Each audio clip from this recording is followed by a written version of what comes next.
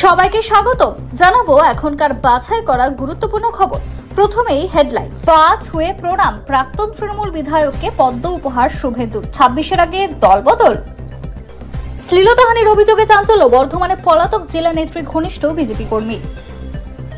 5 দিন আগে বাড়ি থেকে উধাও স্ত্রী, অবসাদে নিজেকে শেষ করে দেওয়ার চেষ্টা যুবকের। 5 বছরের শিশুকে ধর্ষণ, জানাজানি হলে খুনের হুমকি গোলাঘাটের নাবালকের। চন্দননগরে এবার একদিনের বিসর্জনের শোভাযাত্রা। জগদ্ধাত্রী পূজা আর কোন কোন নির্দেশিকা জারি।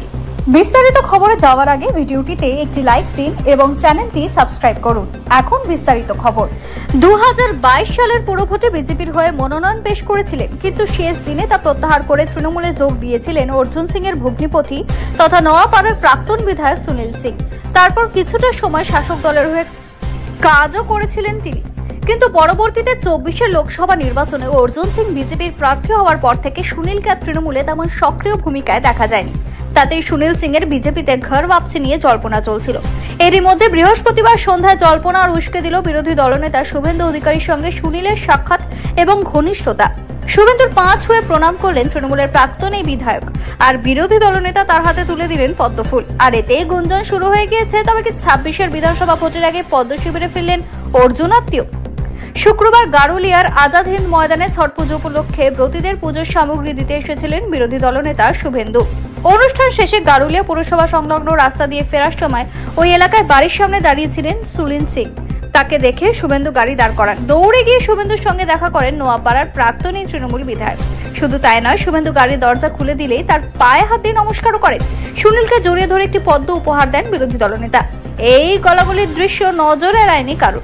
যদিও ঘটনাটি সৌজন্য সাক্ষাৎ বলেই দাবি সুনীলের। তিনি বলেন, আমি বাড়ির সামনে দাঁড়িয়েছিলাম, শুভেন্দু অধিকারী আমাকে দেখে দাঁড়ালেন। ওনার সঙ্গে বিধানসভার সদস্য ছিলাম, তাই উনি দাঁড়াতেই গিয়ে দেখা করলাম। সব সময় বড়দের সম্মান করি, তাই সম্মানটা জানতে পায়ে হাত দিয়ে নমস্কার করেছি, এছাড়া আর কোনো কথাই হয়নি। শুভেন্দু সুনীলের আজকের সাক্ষাৎ এবং বিজেপিতে যোগ দেওয়া নিয়ে জল্পনা বাড়তেই ব্যারাকপুরে তৃণমূল সাংসদ পার্থ ভৌমিকের সংক্ষিপ্ত প্রতিক্রিয়া। গারুলিয়ার মানুষ সবটা জানে, গত লোকসভা ভোটে কারা তৃণমূল করেছে। কুপ্রস্তাবে রাজি না হওয়ায় স্বামী পরিত্যক্তা এক মহিলা শ্লীলতাহানির অভিযোগ উঠেছে এক বিজেপি কর্মীর বিরুদ্ধে। অভিযুক্ত বিজেপির কাটোয়া সাংগঠনিক জেলার সভানেত্রী স্মৃতিকণা বসুর ঘনিষ্ঠ বলে পরিচিত। ঘটনাটি ঘটেছে পূর্ব বর্ধমানের জামালপুরে। নিগৃহীতার অভিযোগের ভিত্তিতে পুলিশ তদন্তে নেমেছে। পুলিশ অভিযোগ দায়েরের পর থেকে এলাকা ছাড়া অভিযুক্ত বিজেপি কর্মী সোমনাথ পাল। বর্ধমান সদর দক্ষিণের এসডিপিও অভিষেক মণ্ডল বলেন, সোমনাথ পাল নামের এক ব্যক্তির বিরুদ্ধে এক মহিলা শ্লীলতাহানির অভিযোগ করেছে। পুলিশ তার খোঁজে অভিযান চালাচ্ছে। এই ঘটনা ঘিরে শুরু হয়েছে রাজনৈতিক তরজা। তৃণমূল কংগ্রেস নেতা দেবু টুডু বিজেপিকে নিশানা করেছেন। তিনি বলেন, ওদের এই কাজটাই স্বাভাবিক। উত্তরপ্রদেশ, মধ্যপ্রদেশ, উড়িষ্যা সহ বিজেপি শাসিত রাজ্যগুলিতে নারী নির্যাতন দেশের মধ্যে উপরের সারিতে। এরাই আবার নারী সুরক্ষা নিয়ে আন্দোলন করে। বিজেপি নেতাকর্মীরাই নারী নির্যাতন করে, মহিলাদের সম্ভ্রম রক্ষা করতেই জানে না। পুলিশ অভিযুক্তের বিরুদ্ধে কড়া ব্যবস্থা নেবে।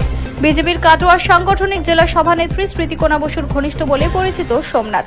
সাম্প্রতিককালে জামালপুরে বিজেপি ও স্মৃতিকণা বসুর বিভিন্ন কর্মসূচিতে সোমনাথকে প্রথম সারিতে দেখা গিয়েছে। যদিও স্মৃতিকণা বলেন, আমি ভালো মতো চিনি না সোমনাথকে, বিজেপির কোনো পদে সে নেই, আইনের ঊর্ধ্বে কেউ নয়। পুলিশ তার বিরুদ্ধে কঠোর ব্যবস্থা নিক, এটা আমরাও চাই। সোমনাথ জামালপুর ব্লকের যোধশ্রীরাম পঞ্চায়েতের জাঙ্গিরপুরের বাসিন্দা। জামালপুর থানার কাছেই থাকা বিজেপির কার্যালয়ে তার নিত্য যাতায়াত। সম্প্রতি বিজেপির কাটোয়া সাংগঠনিক জেলা সভাপতি স্মৃতিকণা বসুর উপস্থিতিতে জামালপুরের বিজেপি পার্টি অফিসে শ্যামাপ্রসাদ মুখোপাধ্যায়কে শ্রদ্ধা জানানোর একটি অনুষ্ঠান হয়। সেখানেও ছিলেন সোমনাথ। জামালপুর থানার অদূরে একটি দোকান রয়েছে অভিযোগকারী মহিলার। তিনি বলেন, আমার দোকানে প্রায় সোমনাথ এসে নানা ধরনের কুইঙ্গিত করা থেকে অশালীন শব্দ ব্যবহার করতে থাকে। গত 17ই আগস্ট আমার দোকানে আসে, তখন কোনো ক্রেতা ছিল না। সেই সময় দোকানে এসে আমাকে কুপ্রস্তাব দেয়। আমি প্রতিবাদ করায় আমাকে শ্লীলতাহানি করে রীতিমতো। বেশ কিছুদিন ধরেই এসব করছে, হুমকিও দেওয়া হয় বলে অভিযোগ। বাধ্য হয়ে থানায় লিখিত অভিযোগ দায়ের করেছেন ওই মহিলা। বাড়ি ছেড়ে চলে গিয়েছেন স্ত্রী। তারপর থেকে আর তার কোনো খোঁজও পাচ্ছেন না কাতর স্বামী। স্ত্রীর বিরহে কাতর স্বামী নিজের গলাতে ধারালো ছুরি চালিয়ে দিলেন। জখম ওই যুবক এখন হাসপাতালে ভর্তি। চাঞ্চল্যকর ঘটনাটি ঘটেছে আলিপুরদুয়ারের কালচিনিতে। ওই যুবকের নাম সুরজ বিশ্বকর্মা। পুলিশ ও স্থানীয় সূত্রে জানা গিয়েছে, কালচিনি সুরজ বিশ্বকর্মা দিনমজুরের কাজ করেন। গত 4 বছর আগে তিনি এলাকারই এক তরুণীকে বিয়ে করেন। স্বামী স্ত্রী দুজনেরই সংসার। অভিযোগ, গত 5 দিন আগে যুবকের স্ত্রী নিখোঁজ হয়ে গিয়েছেন। স্ত্রীকে না পেয়ে বিভিন্ন জায়গায় খোঁজ খবরও শুরু করে, কিন্তু তারপরও স্ত্রীর কোনো খোঁজই মেলেনি। ওই যুবকের দাবি, স্ত্রী হয়তো পালিয়ে গিয়েছেন। স্ত্রীর কোনো খোঁজ না পেয়ে শেষ পর্যন্ত নিজেকেই শেষ করে দেওয়ার সিদ্ধান্ত নেন। শুক্রবার নিজের গলাতেই ধারালো ছুরি চালিয়ে দেন তিনি।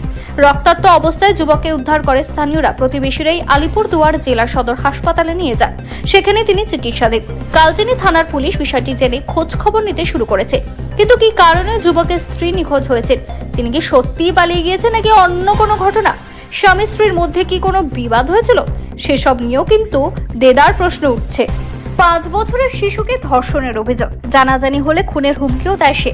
পূর্ব মেদিনীপুরের কোলাঘাট থানার সাহারা গ্রামে ব্যাপক চাঞ্চল্য। কোলাঘাট থানার পুলিশের জালে 15 বছরের সেই নাবালক গত সোমবার সকাল 10টায় প্রতিবেশী নাবালক শিশুকন্যার বাড়িতে আসে। চকলেটের লোভ দেখিয়ে 5 বছরের শিশুকন্যাকে ডেকে নিয়ে যায়। বেশ কিছুক্ষণ পর প্রতিবেশীর বাড়ি থেকে নিজের বাড়িতে ফেরে শিশু। তবে ধর্ষণের বিষয় পরিবারের কাউকে কিছু জানায় না। গত বুধবার সন্ধ্যায় শিশুকন্যার শারীরিক সমস্যা দেখা দেয়। পরিবারের লোকজনও দুশ্চিন্তায় পড়ে। তাকে জিজ্ঞাসাবাদ শুরু করেন তার পরিবারের লোকজনরা। বেশ কিছুক্ষণ পর প্রতিবেশী নাবালক তার যৌন নির্যাতন করে বলে জানায়। বৃহস্পতিবার নির্যাতিতার মা প্রতিবেশী সেই নাবালকের বাড়িতে গিয়ে যান। অভিযোগ, ওই নাবালকের পরিবারের লোকজনরা নির্যাতিতার পরিবারের ওপরে চড়াও হন, উল্টো বেধড়ক মারধর করা হয় বলে অভিযোগ। খবর পেয়ে ঘটনাস্থলে ছুটে আসে কোলাঘাট থানার পুলিশ। নির্যাতিতা শিশুকন্যার মা কোলাঘাট থানায় লিখিত অভিযোগ দায়ের করেন। কোলাঘাট থানার পুলিশ অভিযোগ পেয়ে নাবালককে পাকড়াও করে। শুক্রবার তাকে তমলুক জেলা আদালতে পেশ করা হয়। নির্যাতিতা শিশুকন্যার শারীরিক পরীক্ষা করা হয়েছে। মেডিকেল টেস্টের রিপোর্ট আসার পরই পুলিশ নিশ্চিত হতে পারবে বলেই জানান তদন্তকারীরা। জগদ্ধাত্রী পুজো উপলক্ষে সেজে উঠেছে চন্দননগর। চলছে শেষ মুহূর্তের প্রস্তুতি। এই অবস্থায় আজ শুক্রবার জগদ্ধাত্রী পুজোয় একাধিক নির্দেশিকা জারি করল চন্দননগর সেন্ট্রাল কমিটি। শোভাযাত্রা নিয়েও একাধিক কড়া নির্দেশ দেওয়া হয়েছে, যার মধ্যে অন্যতম শোভাযাত্রায় ডিজে বক্স বাজানোর নিষেধাজ্ঞা। প্রতিমা নিরঞ্জনের সময় কোনো রকম আতশবাজিও পোড়ানো যাবে না। চন্দননগরে পুজো দেখতে লক্ষ লক্ষ দর্শনার্থী ভক্তদের সমাগম হয়। তাদের কথা চিন্তা করে বায়ো টয়লেটের ব্যবস্থা করা হয়েছে। দশমীর দিন প্রতিবার বিসর্জনের শোভাযাত্রা হয়। এবার বিসর্জনের শোভাযাত্রা হবে একদিন পরে। উল্লেখ্য, চন্দননগরে জগদ্ধাত্রী পুজোর শোভাযাত্রা শুরু হয়েছিল 70 বছর আগে। সেন্ট্রাল কমিটির তরফে সাংবাদিক বৈঠক করা হয়। সেখানে উপস্থিত ছিলেন কমিটির চেয়ারম্যান নিমাই চন্দ্র দাস, সভাপতি শ্যামল কুমার ঘোষ, সম্পাদক শুভজিৎ সাউ, যুগ্ম সম্পাদক অমিত পাল ও দেবব্রত বিশ্বাস, কার্যকরী সভাপতি জয়দীপ ভট্টাচার্য, ওম প্রকাশ চৌধুরী, মানব দাস সহ অন্যরা। ওই বৈঠকে এবার একাধিক নির্দেশিকার কথা জানানো হয়েছে। বলা হয়েছে, বিসর্জনের শোভাযাত্রায় বাজানো যাবে না কোনো ডিজে বক্স। প্রতিমা নিরঞ্জনের সময় কোনো আতশবাজিও পোড়ানো যাবে না। সেই সঙ্গে প্লাস্টিকের ব্যবহার সম্পূর্ণ নিষিদ্ধ করা হয়েছে। দূষণ রুখতে প্রতিমায় সীসামুক্ত রং ব্যবহার করতে হবে। প্রতিটি মণ্ডপের ভেতরে থাকবে সিসিটিভি। এদিন কেন্দ্র কমিটির পক্ষ থেকে জগদ্ধাত্রী পুজোর গাইড ম্যাপও প্রকাশ করা হয়।